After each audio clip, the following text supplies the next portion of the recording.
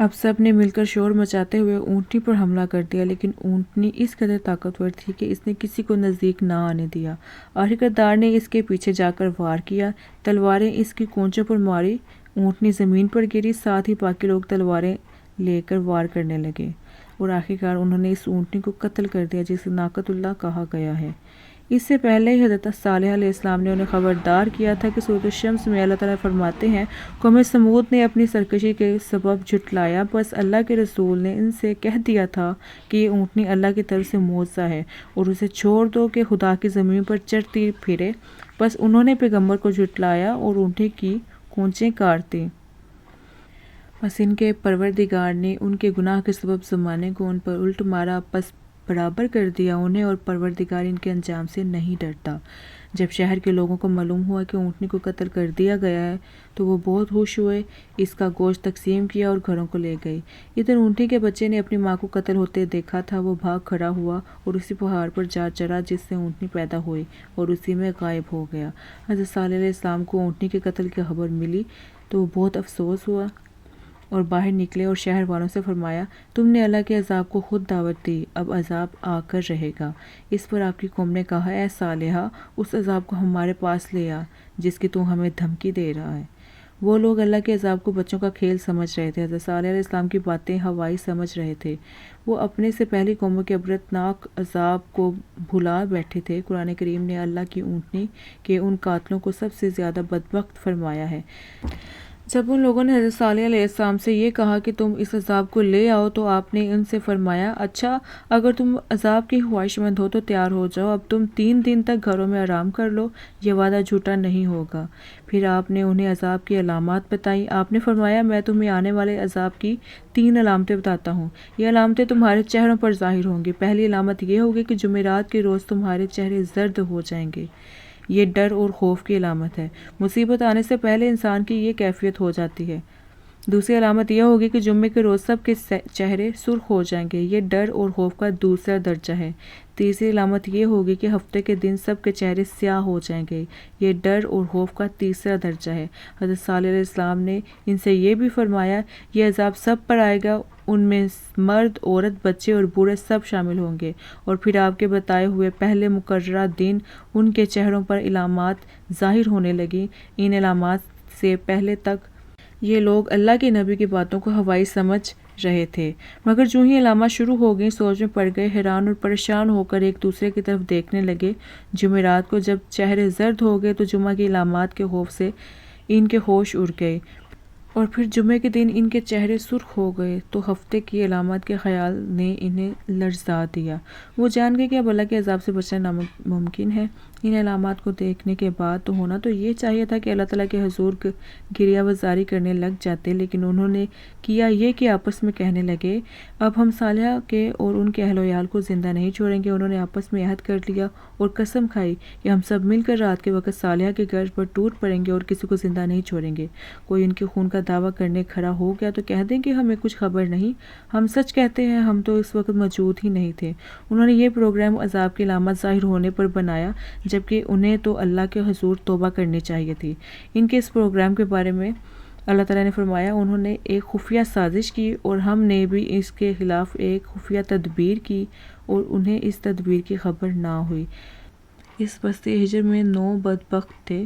ان لوگوں نے حضرت صالح علیہ السلام کے قتل کا منصوبہ بنایا، لیکن وہ اللہ تعالیٰ کی تدبیر کے مقابلے میں کیا کامیاب ہوتے۔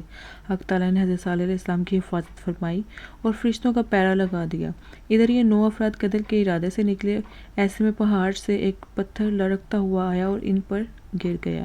اس طرح یہ سب کے سب ہلاک ہو گئے۔ 3 دن پورے ہو گئے تو اللہ رب العزت کے عذاب کی ابتدا ہوئی۔ یہ ایک قسم کا عذاب نہیں تھا بلکہ کئی قسم کے عذاب تھے۔ یہ کرک کا عذاب، چنگار کا عذاب اور زلزلے کا عذاب تھے۔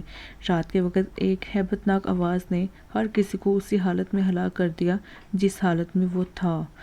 ایک کوندنے والی بجلی تھی جو بار بار چمکتی، کوندتی، گرجتی، لرزتی ہوئی کبھی ایک مقام پر گزرتی تو کبھی دوسرے مقام پر۔ یہ قوم جس جگہ آباد تھی انہوں نے اپنے رہنے کے لیے جو بلند و بالا مکان بنائے تھے، ان عذاب سے سب تہس نہس ہو گئے۔ سمود کی قوم نے خود عذاب کا مطالبہ کیا تھا، وہ تمام کے تمام اس عذاب سے ہلاک ہوئے۔ بس ایک شخص ابو رگال بچ گیا۔ وہ ایسے بچا کہ عذاب کے وقت مکہ معظمہ گیا ہوا تھا۔ وہ گویا امن کے شہر میں تھا، اس لیے اس وقت تو عذاب سے محفوظ رہا، لیکن جب یہ مکہ معظمہ سے باہر نکلا تو جس عذاب سے ساری قوم ہلاک ہوئی، یہ بھی اسی سے ہلاک ہو گیا۔ ایک حدیث میں ہے کہ ان حضرت صلی اللہ علیہ وسلم کا گزر ابو رگال کی قبر کے پاس سے ہوا۔ آپ صلی اللہ علیہ وسلم نے صحابہ کرام رضی اللہ تعالیٰ عنہ سے فرمایا، جانتے ہو یہ قبر کس کی ہے؟ صحابہ کرام نے عرض کیا، اللہ اور اس کے رسول کو ہی اس کا علم ہے۔ آپ نے ارشاد فرمایا، یہ ابو رگال کی قبر ہے۔ یہ قوم سمود کا ایک فرد تھا۔ جب قوم سمود پر عذاب آیا تو یہ شخص اس وقت حرم پاک کی سرزمین میں تھا۔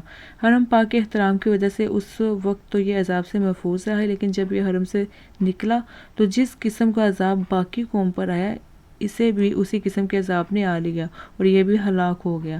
آپ صلی اللہ علیہ وسلم نے یہ بھی فرمایا، جب اسے دفن کیا گیا تو اس کے پاس سونے کی ایک سلاخ تھی، وہ بھی اس کے ساتھ ہی دفن ہو گئی۔ یہ سن کر لوگوں نے اس کی قبر کھود ڈالی۔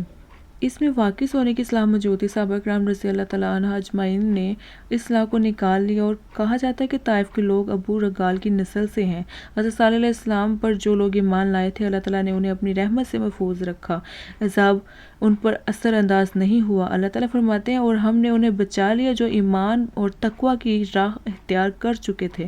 اللہ تعالیٰ کی قدرت دیکھے کہ مومن اور کافر ایک ساتھ رہ رہے تھے، عذاب آیا تو اس نے چن چن کر ان لوگوں کو ہلاک کیا جو ایمان نہیں لائے تھے، اور جو ایمان لائے تھے عذاب انہیں چھو کر بھی نہیں گزرا۔ حضرت صالح علیہ السلام پر ایمان لانے والے مسلمانوں کی تعداد 120 تھی، اور ہلاک ہونے والے تقریباً 1500 گھرانے تھے۔ قوم سمود کے ہلاکت کے وقت حضرت صالح علیہ السلام ایمان لانے والوں کو ساتھ لے کر ہجر سے فلسطین کے علاقے میں چلے گئے۔ یہ مقام ہجر سے قریب تھا اور تھا بھی سرسبز و شاداب۔ آپ کی عمر 85 سال تھی۔ بعض کتب میں عمر 280 سال بھی لکھی ہے۔ سمود کی بستیوں کے کھنڈرات اور آثار آج بھی موجود ہیں۔ تحقیق کرنے والے کچھ لوگوں نے ان کو اپنی آنکھوں سے دیکھا ہے۔ ان کا بیان ہے کہ وہ ایک ایسے مکان میں داخل ہوئے جو شاہی حویلی کہی جاتی ہے۔ اس میں بہت سے کمرے اور اس میں حویلی کے ساتھ ایک بہت بڑا حوض ہے۔ یہ پورا مکان پہاڑ کاٹ کر بنایا گیا ہے، لیکن اس سے بھی پہلے ان حضرت صلی اللہ علیہ وسلم نے اس کی نشاندہی فرمائی تھی۔ حضرت عبداللہ بن عمر رضی اللہ تعالیٰ عنہ سے روایت ہے کہ ان حضرت صلی اللہ علیہ وسلم تبوک کی طرف جاتے ہوئے وادی ہجر سے گزرے۔ وہاں سمود کی تباہ شدہ اور ویران بستیاں تھیں۔ صحابہ کرام سمود کے کنویں سے پانی بھر کر آٹا گوندھتے اور روٹیاں پکانے لگے۔ جب آپ صلی اللہ علیہ وسلم کو علم ہوا تو آپ نے پانی گرا دینے اور ہانڈیاں الٹ دینے کا حکم دیا، اور اس کے بعد ارشاد فرمایا، یہ وہی بستی ہے جس پر اللہ کا عذاب ہوا۔